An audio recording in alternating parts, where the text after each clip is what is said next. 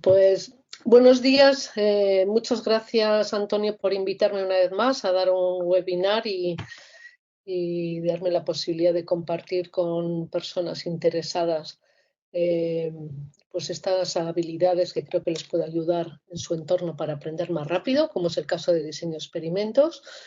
Y gracias a los que estáis al otro lado, pues por acompañarme, porque de alguna manera es una señal de que estas cosas interesan, ¿vale?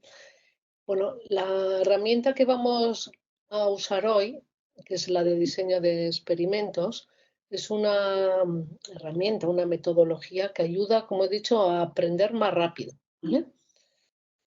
Pues aquí que no me avanza. Ahora, vale.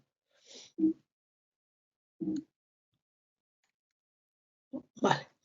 Entonces suelo comentar que cuando quiero relacionar Minitab con el tema de experimentar, cuando los dos métodos que utilizamos en la industria para aprender, los más comunes, ¿no? Como es observar el comportamiento de los procesos, ser pasivos, mirar, recoger datos, y cuando hay un cambio en el proceso, plantearnos a qué es debido, pero siempre sin intervenir en la recogida de datos, sino observando aquellos momentos en que el proceso cambia y en función de cómo es este cambio, pues te planteas qué causas pueden generar estos cambios, vas generando hipótesis y vas aprendiendo pues de una manera lenta normalmente, porque tiene que suceder que el observador esté delante del momento del cambio y que el cambio ocurra, ¿vale? Otra manera de aprender más rápido es la de experimentar, ¿verdad? Que uno tiene unas hipótesis de qué factores pueden afectar y en vez de esperar a ver si ese factor se mueve y a ver si se da el cambio, pues provoca estos cambios. Entonces toca los factores y dice a ver qué ocurre. Entonces nos vamos a meter en este tema de experimentar, que tendemos a usarlo porque queremos a veces mejorar los procesos y otras veces porque queremos innovar, queremos testear determinadas condiciones de los procesos. Vale, o de los productos, perdón. Entonces, experimentar se aprende más rápido porque provocas, no esperas, pero siempre y cuando aprendemos, logramos conocimiento útil cuando acertamos con los factores que vamos a mover. Eso no tiene nada que ver con la habilidad del estadístico, esto es una habilidad de conocimiento del producto proceso, que sepas qué factores pueden afectar o que sospeches de determinados factores. Vale, aprendemos más rápido si acertamos. La segunda sí que es de la habilidad. Si acertamos con las pruebas que voy a llevar a cabo, y ahí vamos a hablar de eso, Tercera cosa que es importante, que ya es como habilidad de experimentador, si controlamos el entorno de tal manera que aquellos factores que pueden afectar, pero que los desconocemos, no meten ruido en el proceso y variabilidad y nos permite ver la señal. Entonces es una habilidad de controlar el entorno en el que experimento. La cuarta tema que está relacionado con lo que voy a hablar hoy es si además de hacer pruebas con los factores, sé analizar e interpretar los resultados. Y por último, si lo interpreto bien y sé aplicar lo que he aprendido al entorno práctico, es sacar de los datos a tomar decisiones. Lo que nos va a ayudar Minitab es esta parte de seleccionar pruebas y analizar los datos, ¿vale? Os podéis hacer una idea de que cuando no existía software, pero había científicos, cómo aprendían los científicos en el pasado sin haber software. Qué importante era la táctica y cómo hacían las cuentas sin la ayuda del software.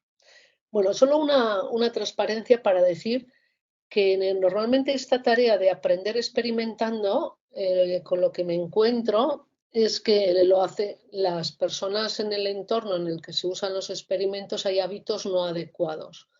El primer hábito no adecuado es que está relacionado con las pruebas, de que hacen listas de pruebas no adecuadas. O sea, se experimenta, como suelo usar decir mucho, como pollo sin cabeza, ¿no? Es dale un poco más de esto, ponle un poco menos de otro, cámbiale esto. Es una táctica de movernos como pollo sin cabeza en listado de experimentos.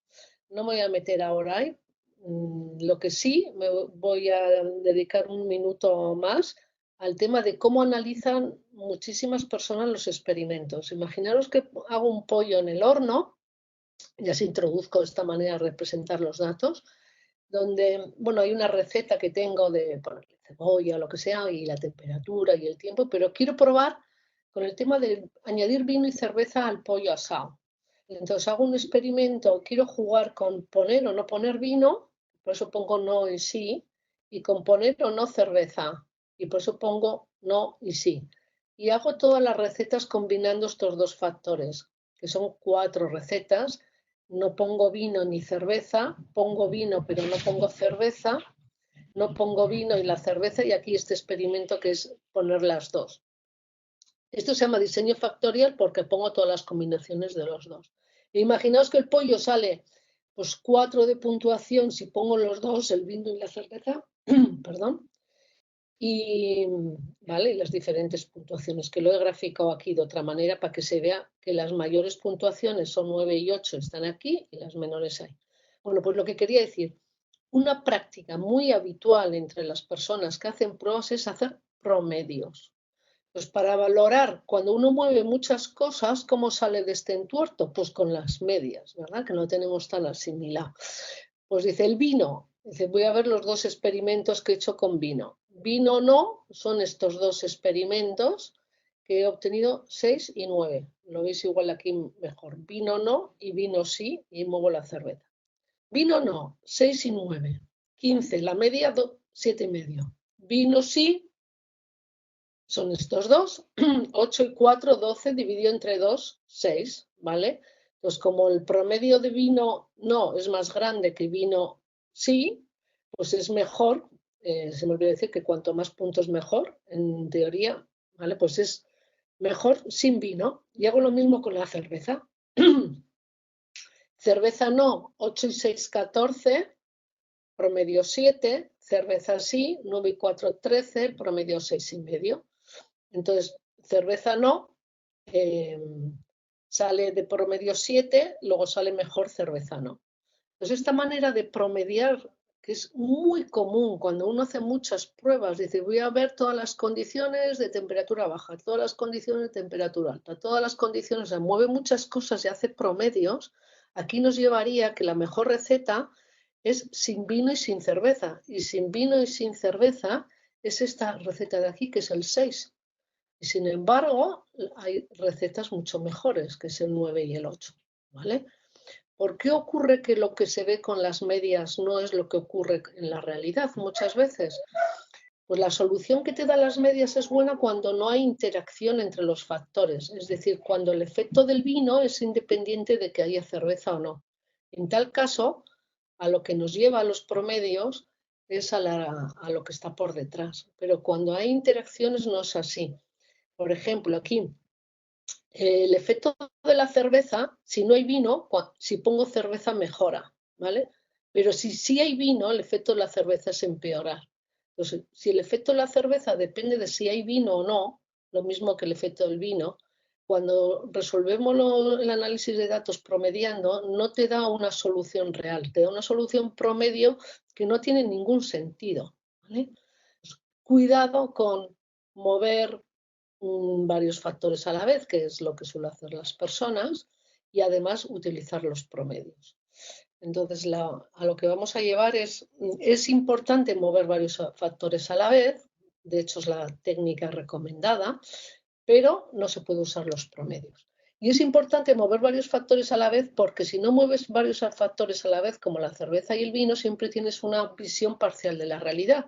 Si yo no hubiera movido los dos y digo, voy a experimentar sin vino y a ver qué le pasa con la cerveza. Digo, es mejor pollos con cerveza. Pero claro, aquellas personas que experimentan con cerveza y ya venían usando el vino, pues tienen una percepción de la realidad diferente. Y dicen, no, la cerveza empeora. ¿En qué quedamos? ¿Empeora o mejora? Hombre, pues depende de si está el vino por detrás. Esa es la realidad de la industria. Que hay muchos factores que afectan y si vamos moviendo un factor solo cada vez, tenemos percepciones parciales porque los factores interaccionan con otros. Entonces esto nos confunde.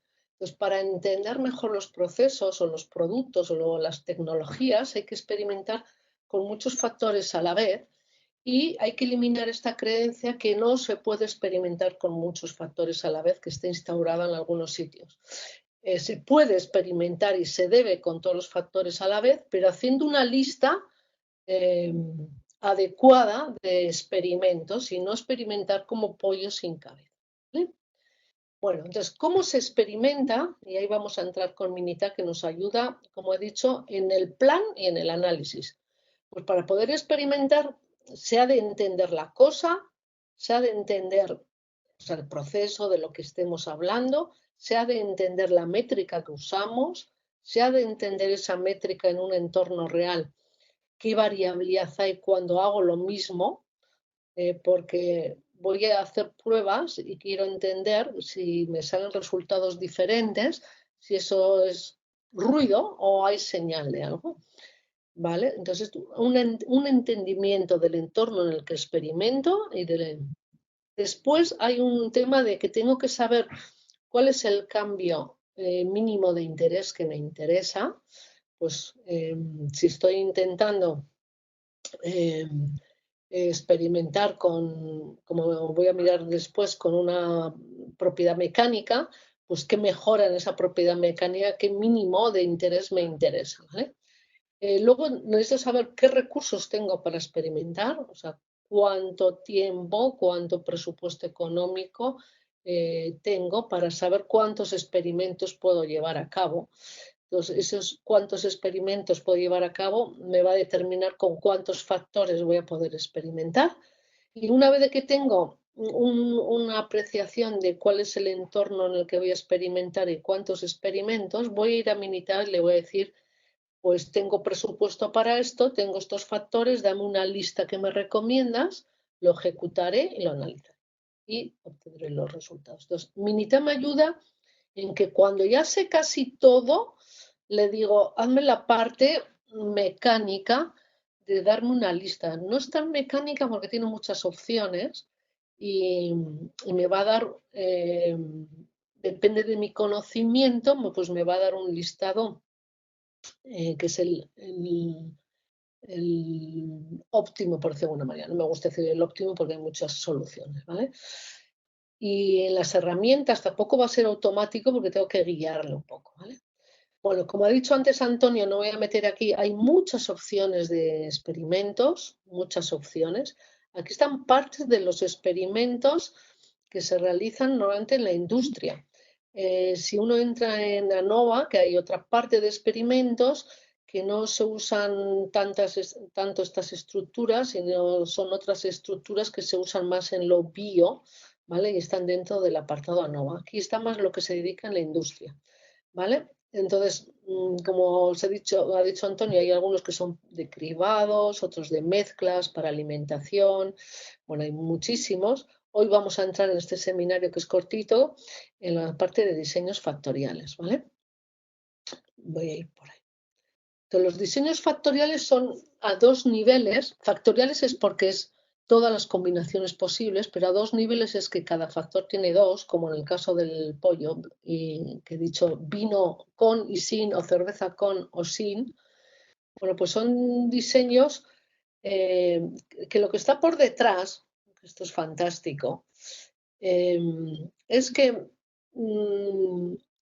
recomiendan que utilices tus recursos de una manera apropiada para aprender el máximo, ¿vale? Son muy fáciles de construir y muy fáciles de analizar. El, el inconveniente que suelo tener yo entre mis clientes cuando los presento es que hay un salto para creérselos, ¿vale? Claro, si yo os digo que estos experimentos se llevan usando hace más de 100 años, debería de ser suficiente para creer, ¿no? Bueno, no para convencer, podéis obedecer y decir voy a llevarlo a cabo, pero la mente no llega a creerlo hasta que de repente tiene uno un insight y dice, vale, lo entiendo y lo uso. Yo los aprendí hace 30 años casi, cuando estuve estudiando en Wisconsin, en Estados Unidos, y tuve la suerte de tener como profesor a George Box, que es uno de los gurús en estadística industrial. Y este señor, que murió hace muy poquitos años, decía, ojalá la industria haga un diseño 2 a la 3. Ya os voy a decir cuál es de aquí, que es uno muy sencillito. Y yo, que estaba estudiando cosas muy complejas, es decir, experimentos, decía, este señor que sabe tanto, ¿cómo puede recomendar una cosa tan sencilla? Bueno, ahora que me he hecho yo mayor, lo puedo entender. O sea, pido un pequeño salto también a la industria, que en vez de ir como pollos y cabeza, empieza a usar diseños 2 a la 3, que veréis que con una cosa sencilla, cuánto mejoráis. Voy allá, para intentaros convencer. El tema es lo siguiente. Si yo tengo 16, y luego ya os explico cómo voy a militar. Si yo tengo 16 recursos, 16 pruebas, puedo llevar a cabo 16 pruebas, la mente cómo organiza unas pruebas si quiero mirar un factor. Imaginaos que quiero hacer el pollo en el horno y quiero usar la cerveza y me dejan hacer 16 pollos. Pues digo, bueno, pues hago 8 sin cerveza y 8 con cerveza, ¿vale? Eso es un factor a dos niveles. Pero si os digo, no, es que quiero probar con el vino y la cerveza porque yo creo que los dos factores afectan. Bueno, pues, bueno, se me olvidó decir que aquí veríamos la media de, con vino y con cerveza y la media sin cerveza, ¿vale? Y creo que nadie dudaría de que la diferencia entre estas dos medias, si todo lo he mantenido igual y el pollo es igual y la receta es igual, es debido a la cerveza. Bueno, si se quiere estudiar el vino, pues trabajo con la cerveza y con el vino. Entonces, estos de aquí son los de aquí, que he movido la cerveza sin vino, pero digo, otros 8 los hago con vino y también muevo la cerveza. Estaréis de acuerdo que si todo lo demás lo mantengo quieto, la diferencia aquí abajo sería mover la cerveza y dejando todo igual, pues esto es debido a la cerveza, aunque no haya vino. Y aquí también es debido a la cerveza, pero aquí con vino. Pero el efecto este de izquierda a derecha siempre va a ser cerveza y arriba y abajo va a ser vino. Entonces puedo usar 16 experimentos para estudiar dos factores y con los mismos recursos. De igual manera, el tema es para qué te gastas 4 réplicas ahí, pudiendo ir para atrás y combinar el vino y la cerveza y mover la temperatura, por ejemplo, del horno, o izquierda a derecha y mover los tiempos del horno, y podemos ir a este caso de gastarme los 16 recursos y mover izquierda y derecha, que sería, como he dicho antes, la cerveza, arriba y abajo, que es el vino, adelante y atrás, que sería, por ejemplo, la temperatura del horno, izquierda y derecha, que sería el tiempo en el horno, y arriba y abajo, que igual el tipo del pollo, lo que llamamos aquí lumagorri, que son de pollos de caserío y los otros, ¿vale? Entonces, el tema está que estos diseños factoriales son diseños que se trabajan con factores a 2 niveles y que se hacen, es factorial todas las combinaciones de los 2 factores, ¿vale? Y permiten con pocos recursos mirar, en este caso, 5 factores y todas sus interacciones. Esto es magnífico, ¿vale? Tiene muchas más propiedades, ¿vale? Bueno, ¿dónde se aplica esto del diseño de experimentos? Lo podéis ver puesto así aquí abajo. Claro, se aplica en muchos sitios y el tema está que la mayoría de las personas que estamos de consultores o asesores de empresas industriales no podemos enseñar lo que hacemos, ¿no? Por un tema de confidencialidad. Y lo que se publica en muchas universidades pues suelen ser a veces resultados teóricos o maquillados, ¿vale? Yo solo tengo publicado un caso real, que lo podéis encontrar en esta dirección que está dentro de mis... ¿Cómo se llama esto? Bueno, ahora se me ha ido. Podéis encontrar el PowerPoint que lo presenté en un congreso que hubo de Minitab hace muchos años en Barcelona. Bueno, y esto es una aplicación real donde en una forja, que en aquellos momentos era manual, donde el taco de la forja, el taco entraba en el horno para calentarse y llegaba a una prensa, a un martillo que con 5 golpes iba deformando la pieza hasta llegar a la pieza final. Y esa pieza final, aquí al final se le miraba el espesor de la pieza. Entonces, el tema es que en la salida, esta pieza, que es una pieza para automoción, tenía mucha variabilidad. Normalmente una variabilidad, no como un ruido de un sistema de mecanizado, sino una variabilidad que iba subiendo y bajando a lo largo del día. Y esto, de alguna manera, ese síntoma de ir subiendo y bajando el espesor de la pieza a lo largo del día, era un síntoma de que las temperaturas de los tacos iban cambiando. Entonces, si el taco no está a la misma temperatura, la energía, el golpe que se le da al taco deforma de una manera diferente a la pieza, y entonces esas deformaciones pues iban cambiando a lo largo del tiempo, porque esa diferencia de temperatura pues iba oscilando, principalmente o porque las paradas de la forja, que hacía que todo este utillaje se enfriaba y tardaba en recuperar, o más, sobre todo por las paradas, ¿vale? Ya se trataba de mantenerlo esto caliente con unas mantas, pero las microparadas provoca oscilaciones. Entonces, ¿qué es lo que hacen las personas? Pues cuando esto cambia, pues intentan actuar sobre o parámetros del horno dándole más temperatura para ver si recuperamos, pero aquí hay una cadencia grande de cuánto tarda en recuperarse. Y lo que más actuaban las personas es con las energías. O sea, daban más energía al golpe. Si el taco estaba frío, pues para lograr el mismo espesor le daban más energía, pero tenían 5 energías para dar el primer golpe, segundo, tercero, cuarto y quinto. El tema está que las personas con su conocimiento, los conductores de esta máquina, pues iban, cada vez que cambiaban los relevos en función de cómo veían las piezas o cada vez que había un cambio, pues iban tocando los parámetros de la máquina. Eso de tocar los parámetros es experimentar, ¿no? Porque es, quiero lograr un efecto, voy a ir tocando los parámetros. Y también tocaban el horno. El tema es, en este entorno en el que había mucha variabilidad y queremos que haya menos variabilidad, ¿cómo sabemos cómo se transmiten las energías y las temperaturas a esta cota en particular?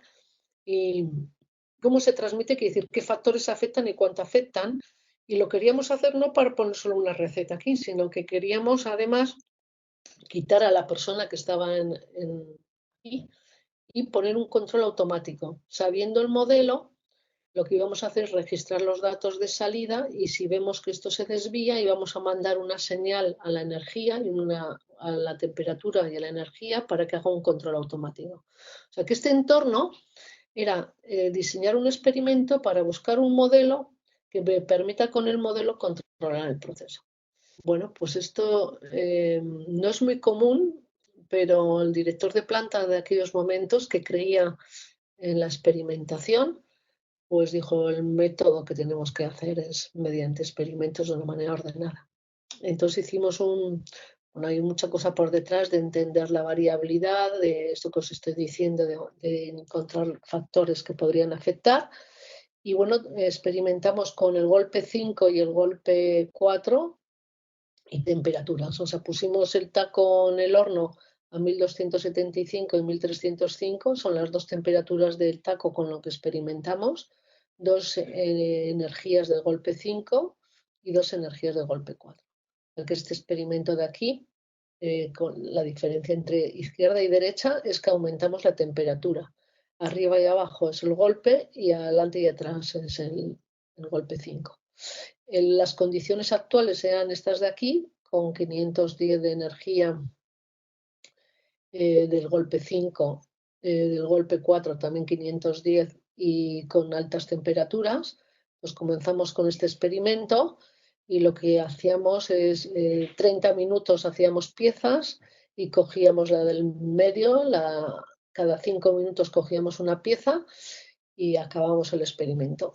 Íbamos a otro experimento, poníamos las condiciones, dejábamos un tiempo de cadencia y volvíamos a coger piezas. Entonces, cada uno de estos experimentos hay varias piezas y aquí está puesto el promedio de las piezas. Bueno, ya veremos luego cómo se analiza. El tema es que este es un entorno de aplicar diseño de experimentos en un proceso, ¿vale? ¿Para qué? Para lograr entender cuál es la ciencia que está por detrás, cómo es la ciencia que está por detrás, encontrar un modelo muy sencillo que recoge la mayor parte de la variación, un polinomio muy sencillo, donde podemos luego usar ese modelo para realizar un control automático en función de la salida de cómo controlar. Bueno, otros ejemplos, que estos no los están publicados, pero es para que entendamos en qué entorno inspiraros. Este es un proceso que me gusta mucho. Aquí no lo ejecutamos del todo, sino que, bueno, estuve colaborando con un centro de innovación en la formación profesional técnica, está en el País Vasco, y ahí tienen emprendedores. En este caso, la empresa Econec tiene aquí un proceso de combustión en seco, o sea, esto es una máquina, por decirlo de una manera sencilla, que le metes cosas húmedas por un lado y sale por el otro lado cosas polvo seco.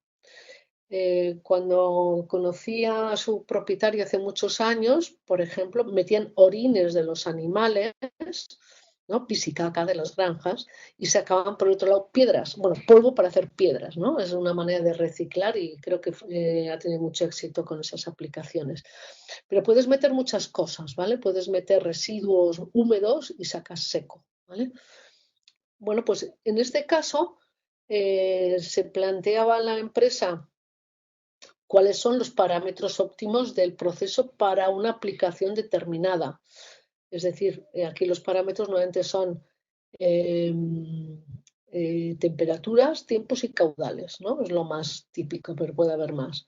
Y claro, y la respuesta pues puede ser la calidad del producto, pero también puede ser como respuesta el consumo o el tiempo que tardas o el desperdicio que origina cada una de las recetas de este proceso. Entonces, el tema está, ¿qué recetas hago para aprender rápido sobre el funcionamiento de este proceso? ¿Vale? Combinado, este es un tema complejo, este que os estoy enseñando, ¿cuál es la receta óptima de lo que meto dentro? En este caso, lo que estaban intentando hacer es un pienso para peces a través de materias reciclables pues de harinas de restos de pescado, de grasas, harinas y, claro, para que sea la receta nutricionalmente buena, pues se aportaban elementos para que fuera una receta completa, ¿vale? Entonces, olvidándonos ahora un poquito del proceso, aquellos que se plantean cuál es la receta óptima y quieren modificar grasa, harina y vitaminas, el tema es óptima para qué. Entonces, en este caso había unas propiedades de que se pueda fabricar, o sea, que lo que salga sea eh, para aquel que me va a comprar, pues que tenga unas propiedades de granulometría, de conservación determinadas. Y también competíamos con piensos de peces, o sea que queríamos ver cómo crecen los peces, ¿vale? Entonces, cada una de estas recetas debíamos de evaluarla, ¿vale? Bueno, entonces la combinación de estas dos, o sea, aquel que se plantea cuál es la receta mejor, pues estos son los diseños de mezclas, que dicen cuál es la lista de pruebas que tienes que hacer y luego lo analizarás. El que se plantea cuál es la receta mejor del proceso, pues aquí hay una lista de experimentos a llevar a cabo. El tema es que este caso era una combinación de los dos. Probábamos distintas recetas de producto en distintas recetas de proceso, porque este producto se iba a fabricar aquí dentro, ¿vale? Es un tema complejo de cómo abordamos la experimentación de una manera ordenada y que luego pueda interpretar los resultados, ¿vale? Porque experimentar, todo el mundo puede hacer como pollos y cabeza cualquier cosa. El tema es luego qué hago con esos datos, ¿vale? ¿Vale? Y otro ejemplo para motivarnos, y luego voy directamente a Minitab, cómo se hace esto, ¿vale? Sería este de aquí, también lo hicimos hace muchos años con Hellmann's. Está hecho a mano aquí porque entonces he hecho una copia de los informes que llevamos a cabo entonces. Bueno, en este caso, los diseños de experimentos, estos son superficies de respuesta que tienen más de dos niveles. No es izquierda y derecha, sino es aquí fuera, en el medio y fuera, que se llama diseño estrella. Y también tenemos cubos, ¿vale? Este es lo que se llama diseño central compuesto, que tienen los cubitos y las estrellas. Este de aquí se llama un diseño Boxbenken, que se usa mucho en alimentación. Esta esquinita de aquí, que es poco de una cosa, poco de otra y poco de otra, y esta de allá, que es mucho, mucho, mucho, no se suele hacer en alimentación porque el poco, poco, poco y el mucho, mucho, mucho, pues son muy malos. O en algunos procesos químicos, el poco, poco, poco y el mucho, mucho, mucho, pues no son, provocan reacciones no adecuadas, ¿vale? Bueno, entonces depende en qué entornos hay otro tipo de diseños, ¿vale? Y este entorno y esta aplicación es cuál es la mejor receta de mayonesa y por qué. Porque en todo lo que estamos haciendo es buscar qué factores afectan y aquello que te sale mejor, entender el por qué, para si vemos que no afecta a algo, quitarlo, no mantenerlo en las recetas. Decir que hay que introducirse poco a poco en este mundo del diseño de experimentos, pero luego se pueden hacer experimentos que no son así de simétricos, se pueden experimentar, eh, este de aquí, experimentamos con ajo en las mayonesas, entonces sin ajo, poco ajo, mucho ajo, y a la vez con yogur. Entonces, claro, las dos cosas hay un arriba y abajo, no, o muevo el ajo o muevo el yogur y dentro de cada una de las cosas muevo otros temas. Cuando uno domina el diseño de experimentos, pues puede montarse otras estrategias y sabe cómo analizarlos, ¿vale? Bueno, y otro ejemplo que quería comentar, o sea, el primero os he dicho, vale, este es un tema de simulación. O sea, el diseño de experimentos en la simulación está muy poco utilizado en nuestro entorno, a pesar de que hay sitios donde se utiliza muchísimo, ¿vale? Quiere esto decir, este ejemplo real lo he presentado en detalle en algunos foros diferentes a este. En un proceso de fundición encontramos que había mucha variabilidad en el proceso, en una característica técnica del producto, que eran las vibraciones. y descubrimos que esa variabilidad estaba asignada a dónde estaba la huella en una fundición que se hacía en un molde de 6 piezas. Descubrimos pues que influía mucho el dónde estaba colocada la pieza. Y cuando profundizamos en esas piezas en que eran diferentes, que provocaba ese ruido, pues encontramos que había algunas cotas de las piezas que eran diferentes. Entonces teníamos varios candidatos de qué cotas de estas piezas estaban generando ese ruido, ¿vale? Pero había varios candidatos. Entonces, en simulación podían investigar el hacer piezas simulando de distintas dimensiones y el software que tenían te permitía ver si eso impactaba en esa característica. Pero claro, había muchas combinaciones posibles de todas las cosas que podrían afectar. Entonces, si empezábamos a simular como pollo sin cabeza, moviendo todo y además analizando por promedios, que es algo muy típico, pues llegábamos a conclusiones erróneas de qué elementos afectaban.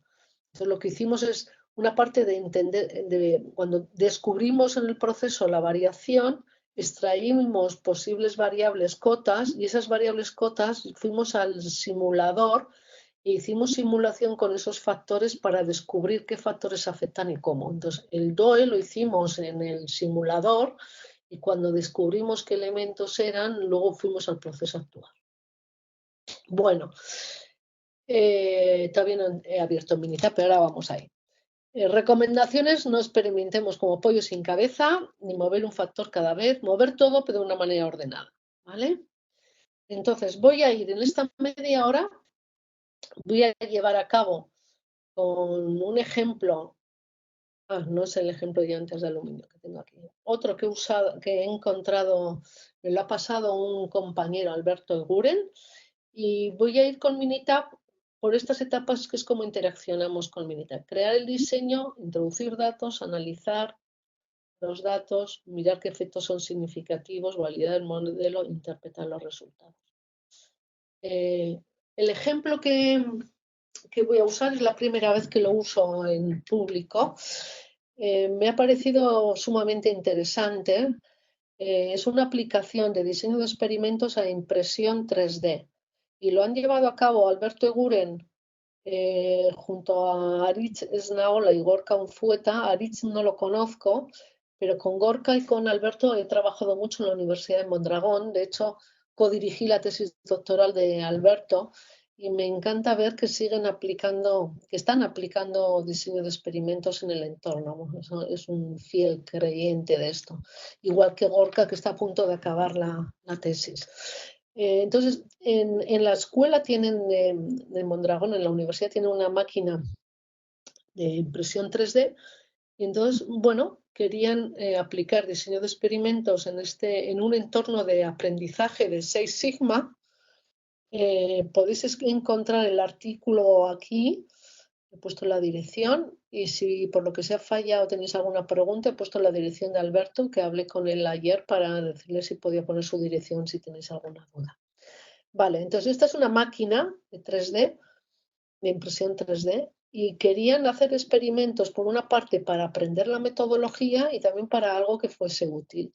Entonces tienen aquí, veréis en el artículo que tienen muchas más variables con las que podían experimentar, pero han elegido 1, 2, 3, 4, 6 factores posibles. Vamos un poco a vista de pájaros. 6 posibles factores. Uno es la temperatura, otro es la velocidad, otro es el grosor de la pieza, otro es la anchura de la extrusión, posición del tubo. No voy a meterme en cuál es cada uno porque no nos da tiempo. Solo pensar que tenemos 1, 2, 3, 6 factores a 2 niveles. Esto se obtiene del conocimiento de los expertos, de que les tenemos que preguntar qué cosas creéis que puede afectar a 3 métricas que les interesa de la respuesta. Entonces, bueno, extraer esto son jornadas tediosas de trabajo, pero que luego ahorras muchísimo en el aprendizaje que logras. Entonces, no solo es qué factor, sino además probar 2 niveles lo suficientemente alejados para que en caso que afecte, que se note, ¿vale? Bueno, entonces aquí lo que hay varias respuestas, pero vamos a usar una que es la tensión de rotura. O sea, que hacen estas piecitas, ¿vale? En el proceso, y cada una de estas piecitas luego se miden bueno, la deformación, y nosotros vamos a mirar la tensión, ¿vale? Entonces el tema es, estas personas que quieren aprender, de que saben hacer piezas, pero como siempre en estas nuevas tecnologías, no siempre que haciendo lo mismo, no siempre les sale lo mismo. Entonces quieren buscar cuál es la receta donde logro, pues en este caso, una respuesta máxima. Quieren entender qué factores afectan a esos valores, ¿vale? Aprender rápido para buscar lo óptimo. Hay dos respuestas que se suele usar. Uno es cuál es la respuesta, cuál es la receta que da una media más alta, y otro tema cuando estamos en innovación en producto o en proceso, estoy trabajando con un equipo en ello, es cuál es la receta donde hay menos variabilidad en el resultado, que eso se llama diseño robusto. No que me dé la media más alta o más baja, sino que si fabrico muchas, se parecen más las piezas, hay menos variabilidad. Bueno, entonces voy a seguir estos pasos. Primero creo el diseño. Bueno, pues el cliente me da 6 factores y tengo que decir cuál es el diseño, la lista de pruebas. Ellos han entrado, vamos a ir ahora a Minitab, ¿eh? Entonces, tenéis todos los pantallazos.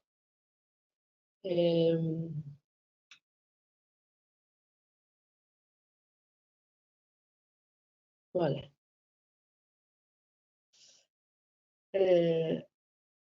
Vale. Paso 1, crear el diseño. Me voy a Minitab, me voy a la estadística, DOE, factorial, crear diseño. Entonces, en este caso son 6 factores. Y aquí en el botón tengo aquí posibles con 6 factores. Puedo hacer 6 a la 2, que es 64, o la mitad, que es 32, o 16 o 8. Verde quiere decir que no hay peligro en la interpretación de los resultados. Amarillo, si eres un poquito experto, podrías hacer en vez de 32, 16. Rojo, peligro, ¿vale? Estos son los que he dicho antes, que son screening para reducir. En este caso, ellos han cogido un diseño 2 a las 6, 6 menos 1, 5, 2 a la 32, ¿vale? Se han cogido este diseño de aquí de 32 pruebas con 16. Esto no es interactivo en Minitab, simplemente te muestra lo que es en vuestro display. Voy a diseño y le digo, quiero hacer 32 pruebas, ¿vale? Con 6 factores. Y ellos han decidido replicar, porque es una práctica, bueno, bastante habitual, replicar los experimentos. Yo no lo replicaría, pero bueno, es una práctica bastante habitual para medir el ruido del proceso. Entonces han cogido un 2 a la 6, eso, 32. Y entonces dice factores. Y entonces aquí tienes A, B, C, D, E. Y entonces pues vas metiendo los nombres ahí. Si no lo dice, sí, perdón, si no lo dices nada, pues lo pondrá A, B, C, D, E. Bueno, entonces he dicho que he elegido 6 factores. En factores no voy a cambiar el nombre por no perder el tiempo, lo dejo A, B, C, D, F, ¿vale? Y entonces cuando le digo el OK, aquí me sale la plantilla de todos los experimentos A, B, C, D, que pone más, menos, menos. Bueno, si yo lo hubiera hecho, si le hubiera dado el nombre a las variables, porque si aquí en factores le hubiera puesto A y pues hubiera puesto temperatura y le pongo 180 y le pongo 200 y así con todos los nombres, ¿vale? Para todos los factores, en lugar de lo anterior me hubiera salido esto de aquí, ¿vale? Pues este es el experimento, el que me dice, he dicho que este experimento son 64 pruebas, son 32 replicadas lo que han decidido hacer. Pues esto parece un lío, pero aquí está toda la receta. Dice, haz primero esto, luego haz lo otro, o sea, te va cambiando un montón de recetas. Esto es lo principal, ¿vale? Vale. Y Minitab mete aquí una cosa que es que solo usa para su analítica después. Si este experimento lo has hecho en varias etapas, pues te pone aquí las etapas y ya está. Bueno, entonces nosotros vamos a usar, esta es mi respuesta, la rotura de la tensión, ¿vale?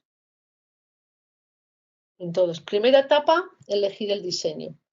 Con el conocimiento del proceso voy a Minitab y digo, tengo 6 candidatos, pues 2 a la 6 son 64 completo, pero puedes hacer 32, que es la mitad y es zona verde, ¿vale? Como conozco un poco que es importante entender el ruido, pues lo voy a replicar, entonces hacen 32 por 2. Pues respondiendo a la persona que he dicho antes, si solo puedo hacer 32 experimentos, pues puedo hacer un 2 a la 6 menos 1 y replicado 64. Si solo tengo presupuesto para 16, pues podría sin réplicas hacer uno amarillo y si tengo habilidad para trabajar en diseños amarillos, o sea que están un poquito confundidos, pues entraría aquí. Pero si no me quiero arriesgar a amarillo y tengo presupuesto para 16, pues solo puedo trabajar 5 factores. Ahí está el limitante de cómo soy eficiente en los recursos. Pues con esos recursos, si no me quiero confundir, 5 factores.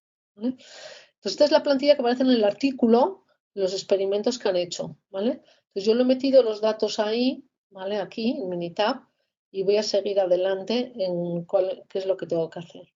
¿Vale? Bueno, entonces voy aquí, paso 2, introduzco los datos, ¿vale? Ya he introducido los datos y además paso 3 voy a analizar, ¿vale? Bueno, aquí he introducido los datos, ¿de acuerdo? Y ahora todos estos datos, todos esos experimentos, que es un listado, fijar lo que le he dicho a Minita que me represente los datos. Y es lo que está haciéndome lo siguiente, son 6 factores. Esto está a la izquierda y derecha, el arriba y abajo, el profundo, entonces serían 3, es el cubo grande, y dentro de cada cubo hay otros 3, que son los 6. Entonces me ha elegido, hay algunas esquinas que no están, porque ha elegido en vez de 64, 32. Entonces fijar que es muy peculiar que está repartido de forma simétrica, no estamos experimentando como pollo sin cabeza, hay la misma cantidad en izquierda y derecha, y dentro de cada cubo hay 2 arriba, 2 abajo, 2 izquierda y 2 derecha, hay una simetría muy grande de cómo se experimenta.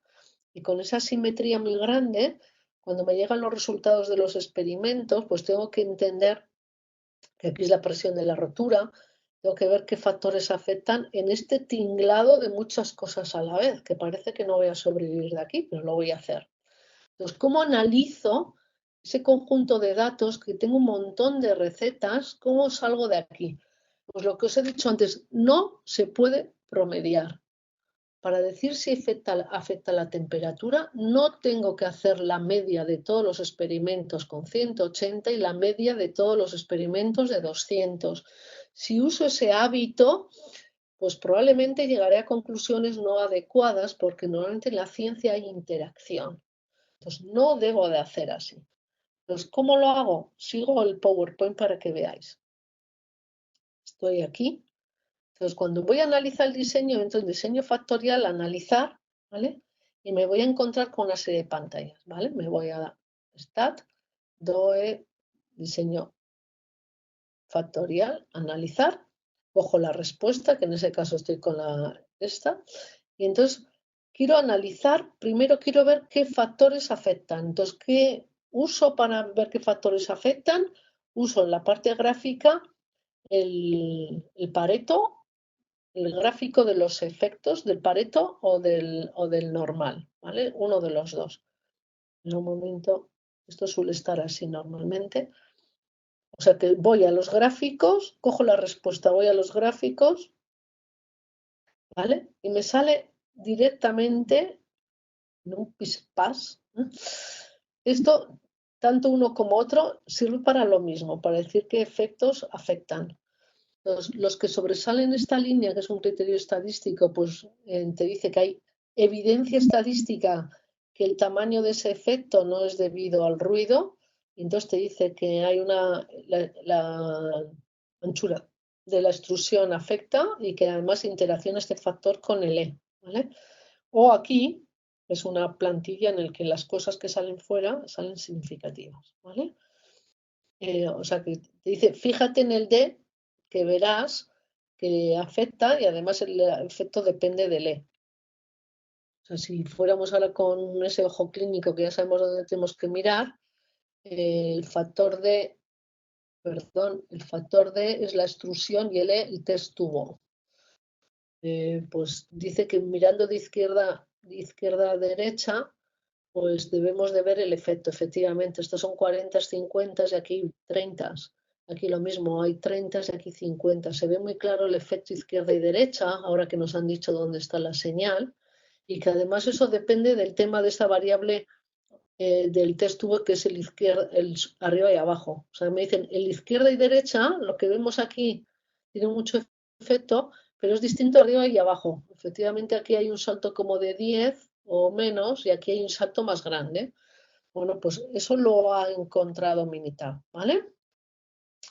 Bueno, entonces esta es la plantilla que me saca Minitab, que esto me saca Minitab y no hace falta hacer réplica, siempre me saca esto y puedo verlo. Y hay otra manera que es los p-valores, que no voy a entrar ahora, que si hay réplicas también lo puedo ver por ahí, ¿vale? Bueno, pues no tengo que ir ahora corriendo a interpretarlo, sino me dicen, yo os aconsejo que antes de aceptarlo miremos los residuos. Y los residuos es la diferencia entre, si yo me quedo con estos, con D y esta interacción, y miro lo que me sale y miro mis predicciones cogiendo esto en el modelo, los errores entre lo que me sale y lo que predice mi modelo, a ver si encuentro alguna pista de que algo va mal o si no encuentro pistas me pongo a interpretar, ¿vale? Es la parte de validar el modelo. Pues os digo aquí cómo se valida el modelo. Entonces, si yo me quedo con el D y el D, ahora voy otra vez, voy a analizar, voy a analizar en el DOE, eh, analizar, pero ahora en lo que ya he elegido lo que es, entonces elijo los términos que veo que son importantes, que son el D y el D y la interacción de. Entonces, con estos tres en el modelo, le digo a mi unidad, construyeme ahora un modelo con eso y voy a mirar los errores a ver si encuentro algo. Los errores entre lo que predice el modelo y lo que veo, ¿vale? Y lo que sale. Y entonces ahora miro los gráficos, ahora ya no uso los gráficos para mirar qué efectos son significativos, sino quiero un gráfico de los residuos, de los errores. Voy a decir que me haga los 4 en 1, ¿vale? Entonces, ahora lo que estoy es usando el validar el modelo. Bueno, los errores entre lo que predice el modelo y lo que sale, pues sale como una campana, que es lo que debiera de salir. Lo de arriba no me voy a detener. Pero mirar lo que sale, esto es el orden en que han hecho los experimentos. Y me salen que los 32 primeros están arriba y los 32 abajo. Esto no está en el artículo. Le comenté a Alberto lo que había descubierto y le dije, oye, aquí lo que estoy encontrando es que los 32 primeros tienen unos errores positivos y los 32 últimos tienen unos errores negativos. ¿Cómo has hecho el experimento? Porque esto es la segunda réplica. Y me dijo, pues probablemente eso es la materia prima, porque en esta impresión 3D que tardan muchísimo en fabricar, probablemente son dos lotes de materia prima y acabamos de descubrir que el lote de materia prima influye en esta característica. Luego es muy importante que en el futuro controlen. Claro, pero esto que mete ruido, cuando hay ruido de fondo es más difícil ver la señal. A pesar de este ruido que está en las réplicas, me ha detectado que DI es importante, pero si descubro cosas de estas, es importante meter estos descubrimientos en los modelos, porque si encuentro explicación al ruido y lo reduzco, igual detecto factores que tienen menos señal, pero que ha quedado tapado. Entonces, la manera de llevar a cabo esto, en este caso, eh, yo lo que hago, como son los últimos experimentos, o sea, es como si hubiera hecho dos bloques, la primera réplica y la segunda réplica. Entonces yo meto ese concepto que acabo de descubrir que la segunda réplica no ha sido del todo homogénea y que hay algo, que hay un antes y un después, pues lo meto como si fuera un efecto bloque, que hay un antes y un después.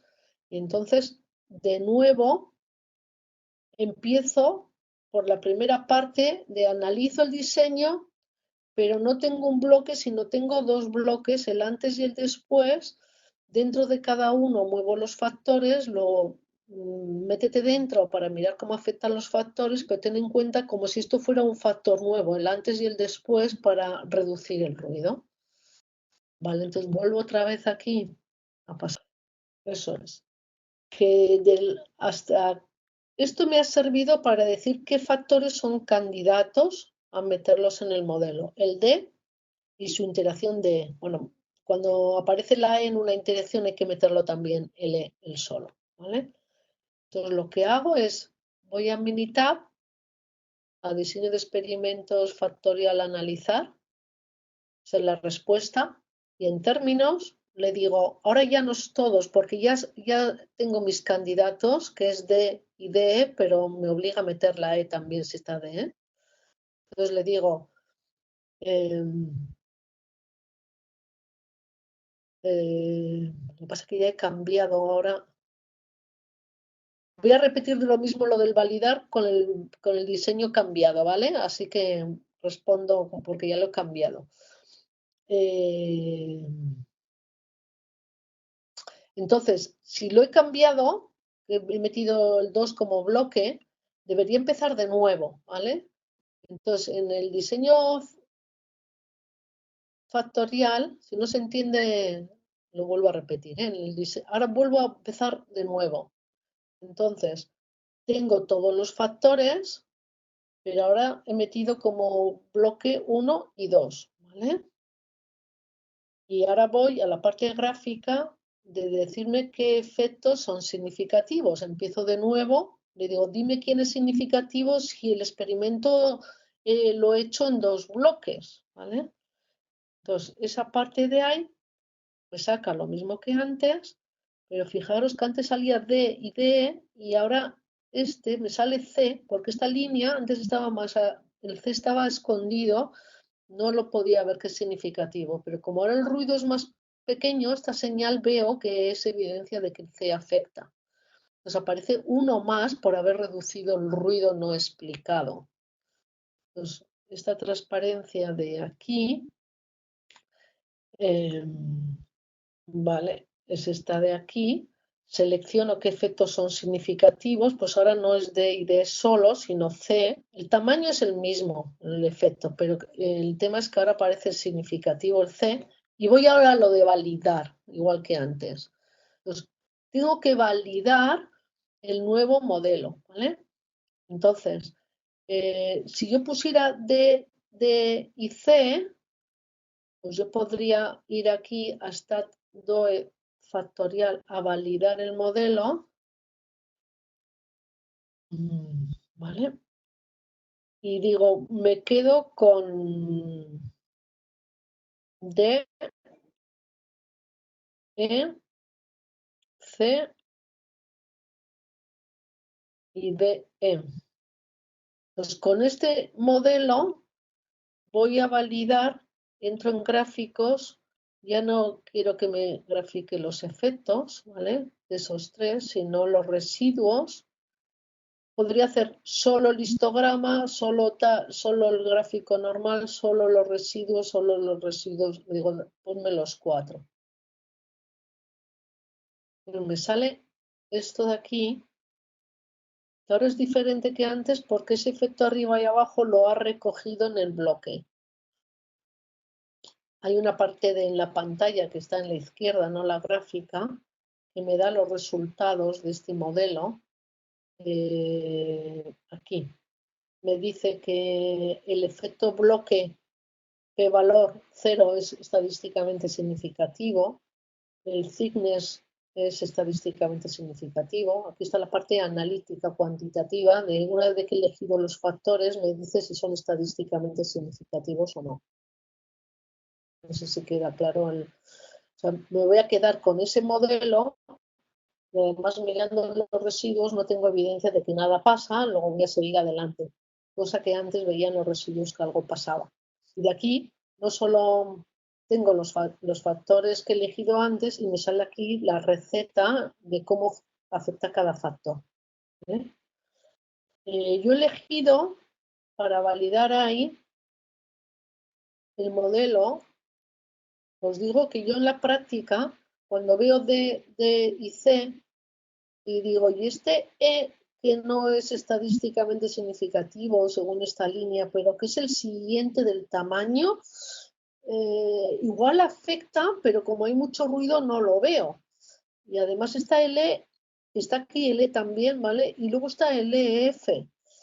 Y este CD es como el C y el D. O sea, yo podría probar a ver qué pasa metiendo E, F y CD, ¿vale? O sea, también podría hacer validar el modelo, meter el F y el F que está aquí. Y el CD, o sea, los siguientes, ¿no? Digo, ¿dónde pongo el límite para decir si una cosa es estadísticamente significativa o no? Bueno, esta plantilla te ayuda solo mirando el tamaño de los efectos comparado con los pequeños.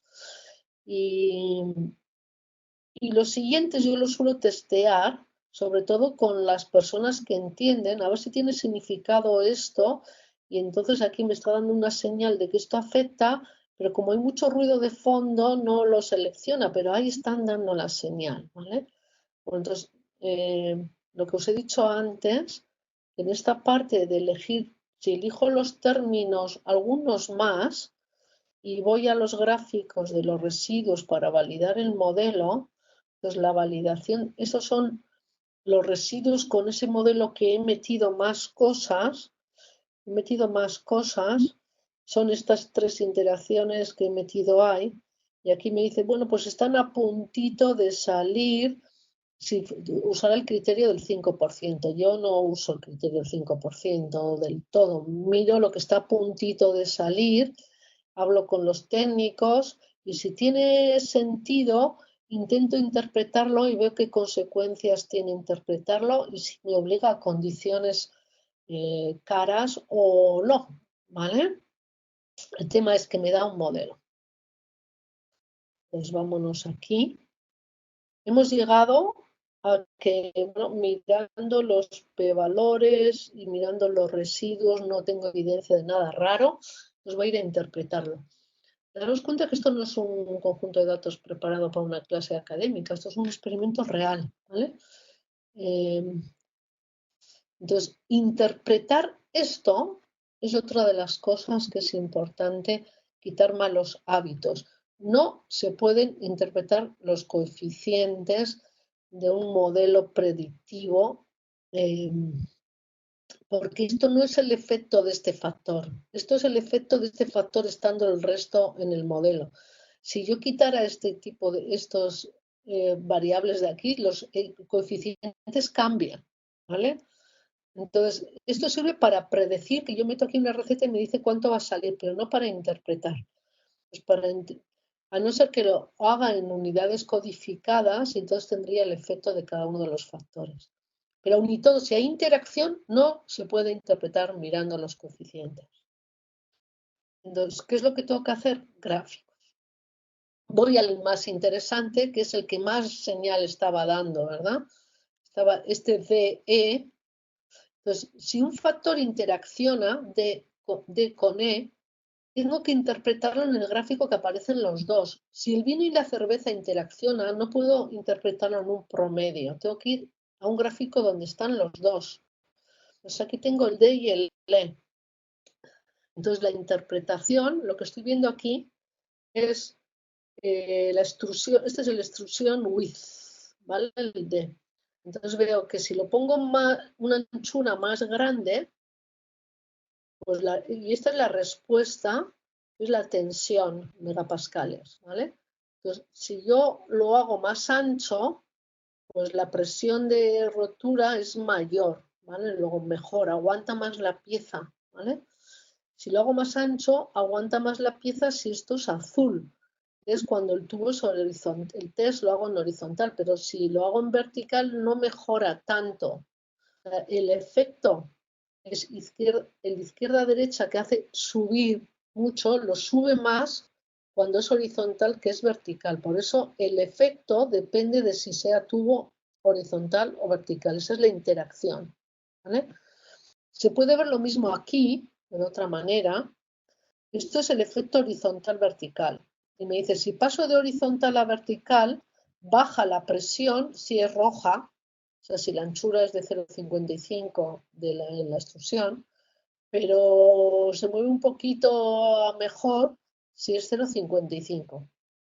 Lo que está viendo aquí, el pasar de horizontal a vertical con 0,75, es como esto de aquí puesto de otra manera. O sea, cuando estoy a 0,75, cuando paso de horizontal a vertical baja, esta bajada de aquí, pues si estoy en 0,55 muy parecido. Entonces,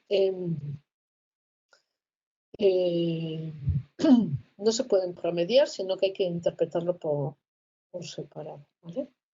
Bueno, entonces, si llegamos a un modelo, te da las características del modelo, el R cuadrado, o sea, cuánto de la variable es explicada por el modelo y cuánto es el tamaño del ruido de fondo. Hay 7 unidades de megapascales de ruido, todavía sin explicar. Entonces, se pueden interpretar. ¿Cómo interpreto esto? Pues lo que tengo que mirar, ¿vale? Mirar salía significativo C, D, E, C, D, D, F. O sea, si quiero mirar todas estas cosas, nunca miro el gráfico del C si está CD. Nunca miro D si está DE. Entonces, si voy a mirar todo esto para interpretar, pues lo que hago es hacer 3 dibujos, el CD, DE y EF. Si hubiera uno solo, haría él. ¿Vale? Entonces, es este el gráfico de la interacción de E, este es el del EF, que os lo dejo ahí, y este es el del CD. Pero nunca enseño, voy a Minitab, tengo que morderme la boca, tengo que morderme, no sé cómo es la expresión, ahora no puedo pensar. A la gente le gusta enseñar todo, le gusta enseñar, que se vea que he hecho un curso magnífico. Le gusta enseñar el efecto del horizontal y vertical, el ángulo, la extrusión, o sea, cada uno de los factores. Esto es el promedio de unos con el promedio de otros. Esto puede dar, es lo que he dicho antes, que puede dar una imagen equivocada de que parece que horizontal y vertical, si lo miramos aquí, D y el E, la interacción más importante es esta de aquí, que es la interacción entre la extrusión y horizontal y vertical.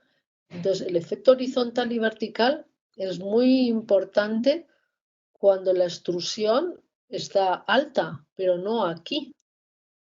Entonces, ¿qué está haciendo aquí con el horizontal y el vertical? Está promediando esta parte con esta parte. Esto que es al pasar a vertical empeora, y aquí que para pasar a vertical mejora, hace el promedio de los dos y dice que aquí empeora esta cantidad, pero no es empeora esta, o empeora mucho más si trabajo con una condición o mejora si estoy en la otra. Entonces, promedios, aunque son muy bonitos estos gráficos, solo se deben de hacer si no interacciona un factor. Si interaccionan los factores, tengo que graficar el factor con su interacción. Entonces, Minitab te muestra todos a la vez de los que están en el modelo que tú has elegido, o yo creo que esto no es muy digerible para personas que no están adecuadas a mirar, o vas uno por uno, que es lo que yo hago, y elijo pues una interacción. O sea, voy a Minitab.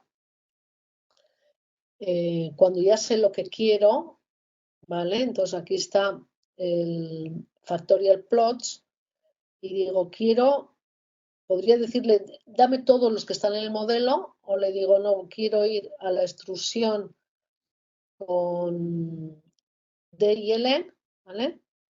No, primero voy a hacer lo que no se debe hacer, que es los principales y la interacción, ¿vale?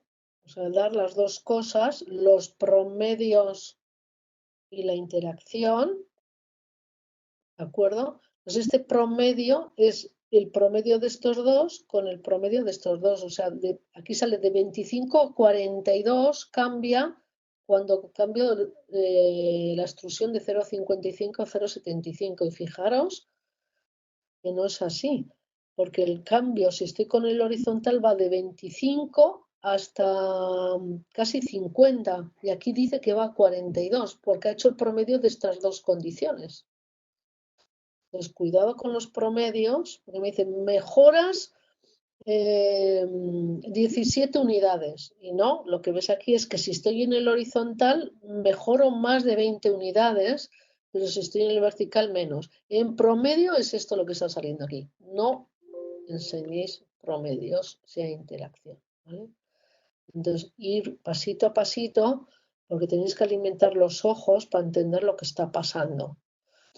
Entonces, una vez de que uno entiende lo que está pasando con los promedios, que es lo que tengo aquí, pasito a pasito, y si tenéis escrito antes de empezar los experimentos lo que esperaba la gente, ahora podéis ver los expertos si sale lo que espera la gente o normalmente salen cosas diferentes, nuevas, vas interpretando.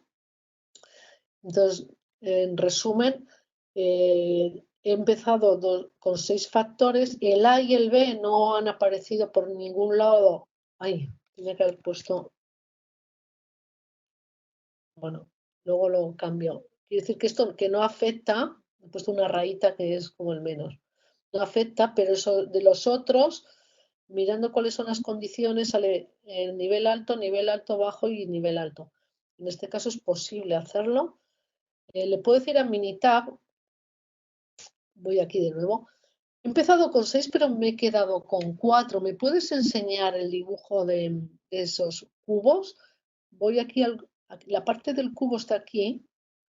Pues cuando he visto que en el fondo solo afectan C, D y F, ese modelo que ha calculado, le digo que me haga el cubo, pues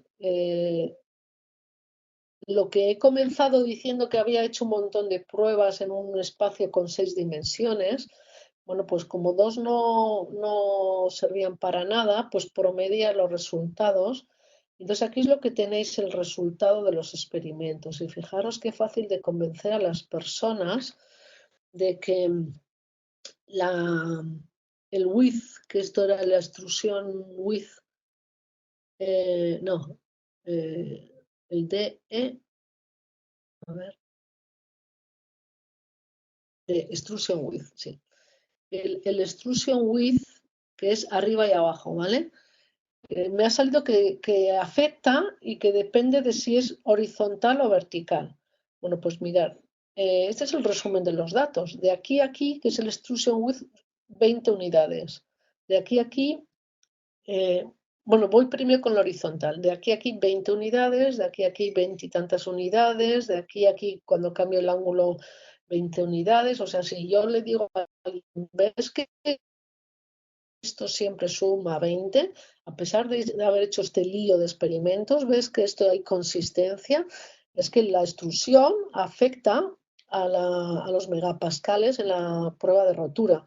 Si lo hago en horizontal hay unas 20, pero si me voy atrás, que son el tubo en posición vertical, pues aquí hay 5, aquí hay 12, aquí hay 5, aquí hay 12. Bueno, pues hay una diferencia entre izquierda y derecha y luego están estos otros factores que también influyen y que puedo ver aquí en lo que está saliendo. Esa receta óptima es esta que sale aquí, y que aparece en el PowerPoint. Solo comentar para acabar que en este ejemplo había varias respuestas y Minita también tiene pues maneras de mirar varias respuestas a la vez y buscar un óptimo para todas, moviendo, bueno, es una parte interactiva que puedes ir moviendo el cursor. Hay que tener mucho cuidado porque las soluciones que te proponen de optimización múltiple pueden salir fuera de la zona experimental, pero es de gran ayuda para pensar. Entonces, para acabar, recomendaciones prácticas, como siempre, como voy de tiempo. Que no experimentemos como pollo sin cabeza moviendo los factores, dale un poco más de esto, dame un par de otro. Minitab ayuda mucho. Por supuesto, podéis buscar plantillas de experimentos de matrices en internet. No hace falta, no os obligo a que tengáis Minitab, pero ayuda mucho. Gestionar los recursos, yo hubiera mejorado, hubiera elegido otro diseño, en vez de haber hecho un 2 a la 6 menos 1 replicado, hubiera ido a otro diseño, intentar reducir el ruido cuando experimentéis, ¿vale? Y bueno, avanzar, pues empezar con diseños, o sea, la mejor manera de aprender es haciendo. Empezar con estos diseños 2 a la 3, o sea, si ya tenéis 3 factores en mente, moverlos todos a la vez en lugar de 1 a 1. Mi favorito es este, 16 pruebas y 5 factores, ¿vale? Una fracción. Y lo que se yo hubiera ido, si tienen presupuesto, me comentó Alberto que como se la estaban jugando un poquito el prestigio de la técnica, pues quisieron ir a asegurar la zona verde y además replicar, ¿no? Yo me hubiera ido, yo no gasto los recursos replicando, siempre meto factores nuevos, ¿vale? Y entonces hubiera ido a este de aquí, ¿vale? ¿Vale? O no hubiera replicado directamente, porque sin replicar también hubieran encontrado las condiciones, ¿vale? Y me hubieran guardado esos recursos para las siguientes pruebas. Ahora, si no tienen problema de hacer este experimento, pues adelante.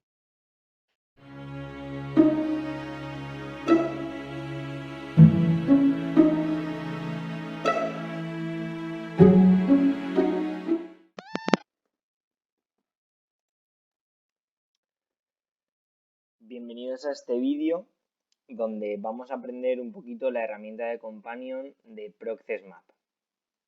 Llegados a este punto, lo que vamos a hacer va a ser, voy a mostrar un poquito la herramienta de ProcessMap que nos permite hacer Companion, vamos a ver un poquito el entorno visual, vamos a crear ciertas variables de entrada y de salida y vamos a ver cómo podemos exportar ciertos resultados, es decir, cómo podemos extraer de Companion ciertos reportes.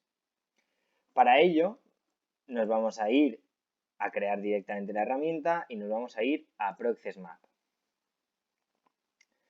Como podéis observar, Companion nos permite o nos da la opción de crear dos tipos de ProcessMap. En primer lugar está el básico, el ProcessMap, es lo que realmente es una hoja en blanco donde nosotros vamos a crear nuestro proceso desde cero. El segundo es un ProcessMap, en este caso tiene el nombre de Cross Functional y en este caso realmente es como hacer un pasito más a la hoja en blanco que teníamos antes. También es una hoja vacía, pero os voy a enseñar cómo podemos llegar a este segundo a partir de este primero, que es una cosa muy interesante.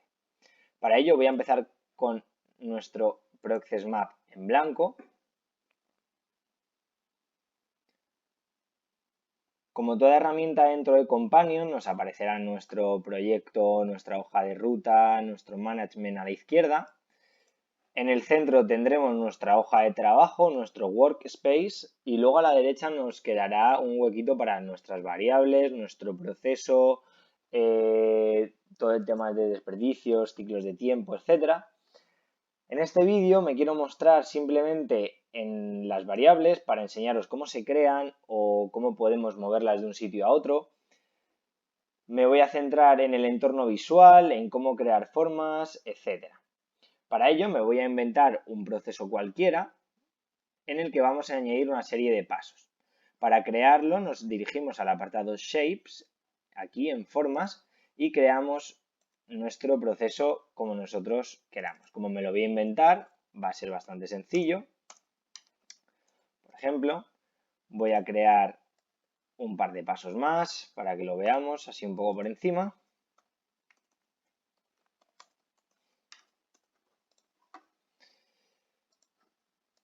Voy a crear una toma de decisión.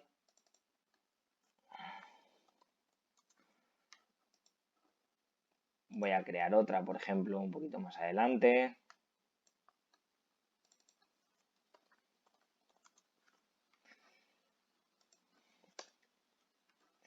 Y voy a añadir, por ejemplo, que haya una entrada de base de datos.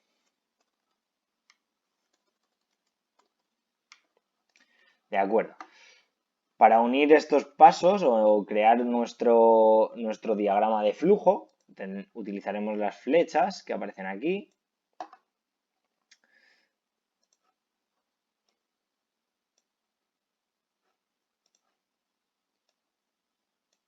¿Vale?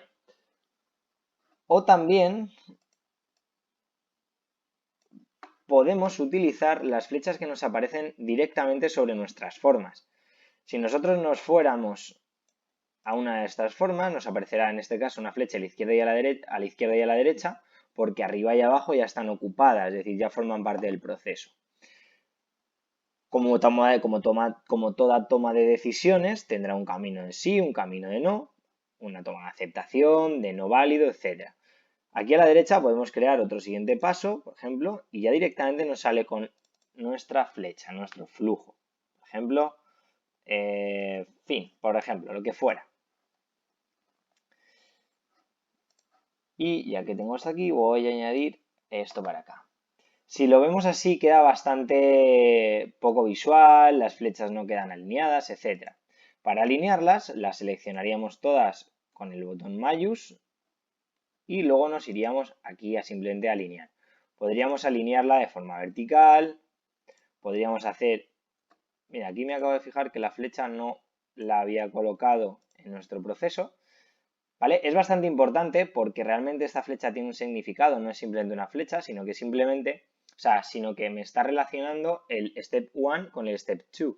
Es decir, nuestro programa Companion va a saber que después del paso 1 va a venir el paso 2 y que hay un flujo de algo, ya sea de materiales, de lo que fuera. Eso todavía no lo hemos definido.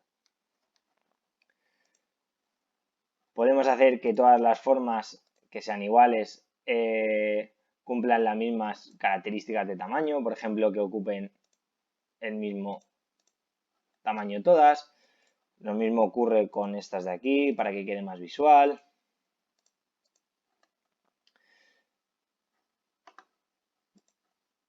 De acuerdo. Incluso podemos modificar un poquito la estética. Podemos cambiar el color que nosotros tengamos para hacerlo más llamativo. Una vez que tengamos nuestro proceso listo, ¿vale? Podríamos directamente exportarlo, ¿vale? A PDF, podemos mandarlo a un Word, podemos mandarlo a un PowerPoint. Si nosotros lo exportamos a PDF es la herramienta más sencilla, simplemente yo le mandaré que me lo exporte y ya lo tendríamos. Tendríamos un documento en PDF con este diagrama. Los cuadraditos, lo que es la cuadrícula no saldría, ¿vale? No se vería en nuestro PDF, sino simplemente aquí es a modo de regla para saber cómo están colocados. En el caso de que nosotros lo exportáramos a Word o lo exportáramos a PowerPoint, lo que ocurriría sería que nos crearía una imagen JPG y esa imagen la verdad es que sale con bastante calidad y la podríamos ampliar lo suficiente para incorporarla a cualquier tipo de documento, presentación o report. ¿vale? O sea que por eso no os preocupéis. Vale, ya que hemos visto un poquito el apartado visual, hemos creado nuestro proceso, voy a enseñaros a cómo crear variables. Es decir, imaginemos que nuestro step 1, en este caso, esto es la fabricación, que no puede ser porque nos faltaría un paso para cerrar al final, etcétera. Sería la fabricación de cualquier producto. Y nuestro proveedor nos trae una serie de palés o una serie de cajas con nuestro material. Bueno, pues aquí a la derecha nos aparecen variables de entrada y variables de salida. Nosotros, la primera variable que tendremos sería, pues, en este caso, el peso de las cajas, por ejemplo, o lo que fuera, me lo estoy inventando. Podríamos decir que es una variable controlable porque, por lo que fuera, es decir, podemos seleccionar o podemos hablar con nuestro proveedor para que nos haga cajas de distintos tamaños según nuestros requerimientos. Podemos decir lo que es un tipo de dato continuo, lo que fuera, podríamos rellenarlo, podríamos añadir medidas, etcétera, y todos estos datos que nosotros rellenemos se nos quedarán guardados dentro de nuestra variable peso. Además, también podemos crear una nueva variable que sea, por ejemplo, el proveedor en sí. El proveedor es un atributo, por lo que fuera, pues, o me lo estoy inventando, o sea, podemos poner lo que nosotros queramos y simplemente para que veáis un poquito cómo funciona. Cuando yo creo estas dos variables, bueno, voy a aprovechar y voy a crear ya una variable de salida que va a ser, por ejemplo, desperdicio. Por lo que sea, de que llegan piezas rotas, etcétera. Vale. Estas variables de aquí, si nosotros clicamos en el paso 2, nos desaparecen, es decir, no hay asignadas ninguna variable a nuestro paso 2. No quiere decir que esta variable no la podamos incorporar a cualquiera de estos pasos, sino que simplemente Companion la guarda como variable independiente. Me explico el porqué. Si nosotros creáramos una herramienta, que no sea el ProcessMap en este caso, y nosotros quisiéramos acceder a este paso 2 simplemente, es decir, quisiéramos hacer un análisis de este paso 2, si nosotros tuviéramos una variable que nos ocupa todo el proceso, no podríamos acceder simplemente a este paso, porque la variable peso estaría compartida por todos los subprocesos. Entonces, lo que hace Companion es guardar cada variable, es decir, la variable peso para nuestro primer paso. Y cada uno de estos steps o de estas formas va a tener sus propias variables. Podríamos crear de nuevo otra variable que sea peso, pero como va a ser distinto, me explico. El peso de aquí a lo mejor cambia con respecto de aquí, por lo que fuera, y si es el mismo no pasa nada, ya le diremos en un futuro que estas dos variables son la misma, pero tendríamos que indicárselo para que Companion sepa lo que está ocurriendo y que en una herramienta posterior, por ejemplo en un Value Stream Map, podamos hacer por así decirlo, nuestra cadena de valor de forma más precisa. Una vez que tenemos esto, ¿vale? Bueno, podemos copiar variables o en este caso, pero tendríamos que haberlas creado previamente. Si yo le doy a copiar variables, tendría que seleccionar dónde la quiero crear. Si leemos, nos aparece crea una nueva variable de una ya creada.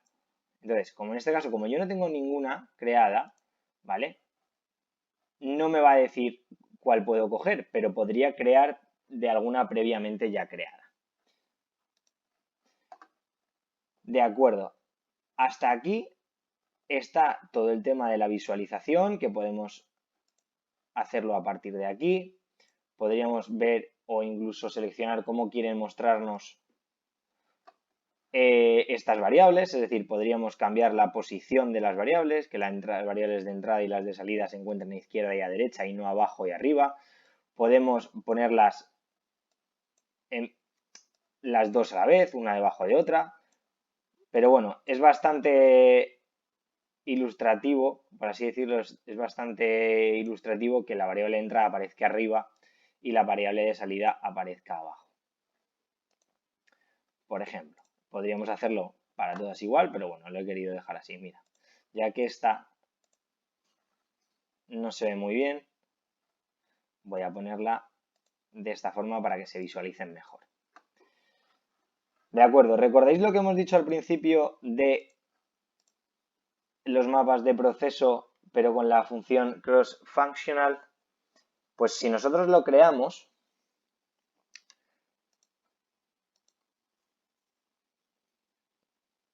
como podéis ver, nos aparecerá una tabla con una serie de fases, una serie de departamentos ya preestablecida, con una entrada, o sea, con un start y un final. ¿Por qué a mí no me gusta hacerlo así personalmente? Muchas veces lo complicado de esto no es la visualización, es muchas veces plasmar nuestro proceso de una forma real, de una forma eficiente. Entonces, si estamos manchando nuestro entorno de trabajo, realmente nos estamos ensuciando nuestro trabajo, estamos ensuciando todo este workspace y nos va a ser mucho más complicado entender qué está ocurriendo exactamente. Entonces, mi consejo es, una vez que tengamos nuestro process map o nuestro diagrama de flujo de forma correcta, escueta, entendible y con todas nuestras variables ya incorporadas, empecemos a dejarlo bonito, es decir, empecemos a cambiar colores, empecemos a añadir parámetros, variables, etc. Lo exportamos, podríamos volverlo a copiar, en el caso, le voy a llamar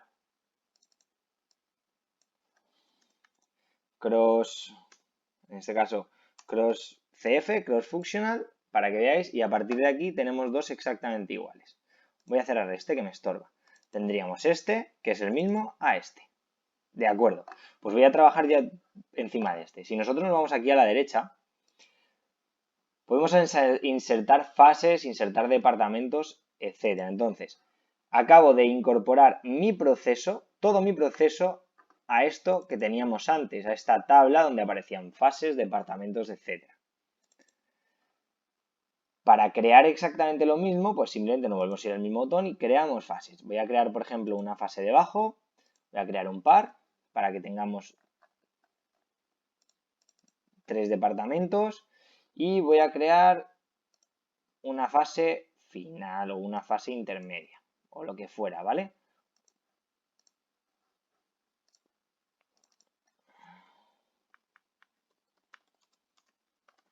Adquisición de datos, me lo estoy inventando, fase 1, fase 3 o fase en este caso 2.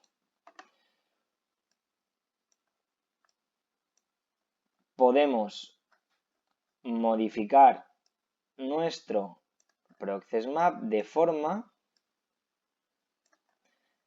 que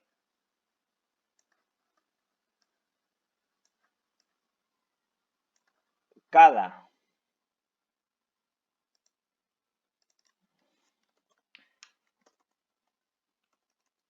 ahora que me acabo de dar cuenta, hemos puesto este fin y no tiene su forma correcta. Entonces podemos cambiarlo y le hemos dado un final de proceso. Voy a dejar en rojo, junto con este en rojo, para que lo tengamos más claro.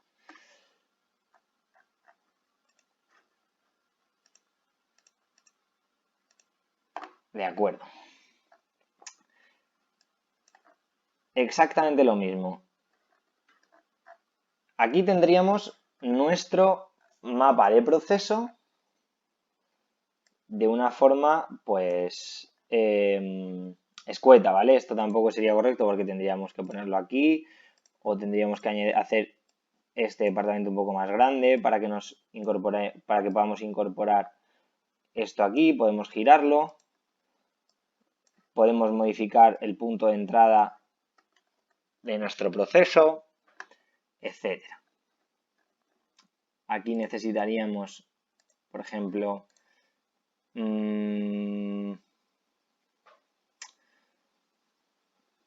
lo que fuera. La verdad es que puede ser cualquier cosa. ¿Vale?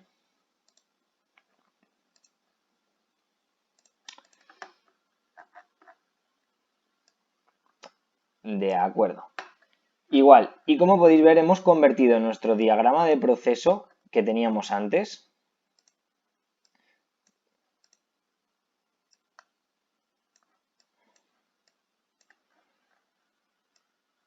a otro diagrama de proceso, pero esta vez dividido por fases. Si nosotros, en este caso, exportáramos, nos aparecería esto en un PDF igual que el otro.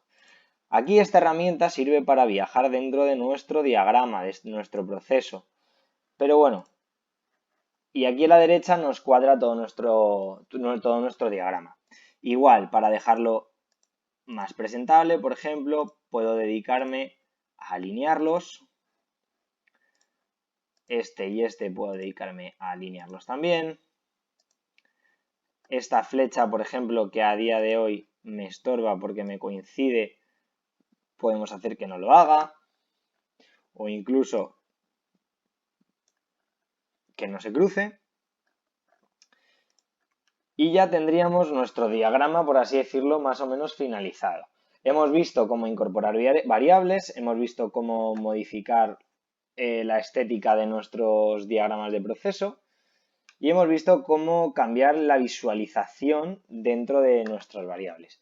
Y por último, quería invertir un poco más de tiempo o invertir un par de minutitos a ver un poco las herramientas que aquí hay. Supongamos que este paso de aquí, que el Step 2, es un programa que incluye una serie de transformación. Un número de piezas que son incorporadas a unos hornos y llevan una serie de tiempo, es decir, llevan un tiempo de ciclo. Podríamos añadirlo aquí directamente, por ejemplo, 30 minutos de horneado. Podemos añadir la desviación típica. Podemos dar el número el porcentaje de defectos, el coste por unidad, etcétera. Todos estos valores que nosotros rellenemos aquí van a ser variables que van a estar compartidas por todo nuestro proyecto. Es decir, podremos acceder a estas variables en cualquier punto del mismo. Cosa muy importante porque si nosotros tuviéramos que estar constantemente buscando esa información y luego plasmarla, perderíamos mucho tiempo. Y la verdad es que Companion nos brinda la oportunidad de que todo eso se haga de forma automática si lo hacemos bien desde el principio. Es importante que entendamos esto porque hay mucha gente que pierde una cantidad de tiempo ingente en encontrar sus propios datos o en buscar sus propios errores. Por eso a mí me gusta que todo se haga de forma esquelética y una vez que se tenga ya todo listo, empezar a construir. Siempre desde abajo, desde lo más sencillo, empezamos poquito a poco. Y con esto termino este pequeño vídeo de unos 20 minutos donde os enseño cómo trabajar con los diagramas de proceso en Companion. Muchas gracias.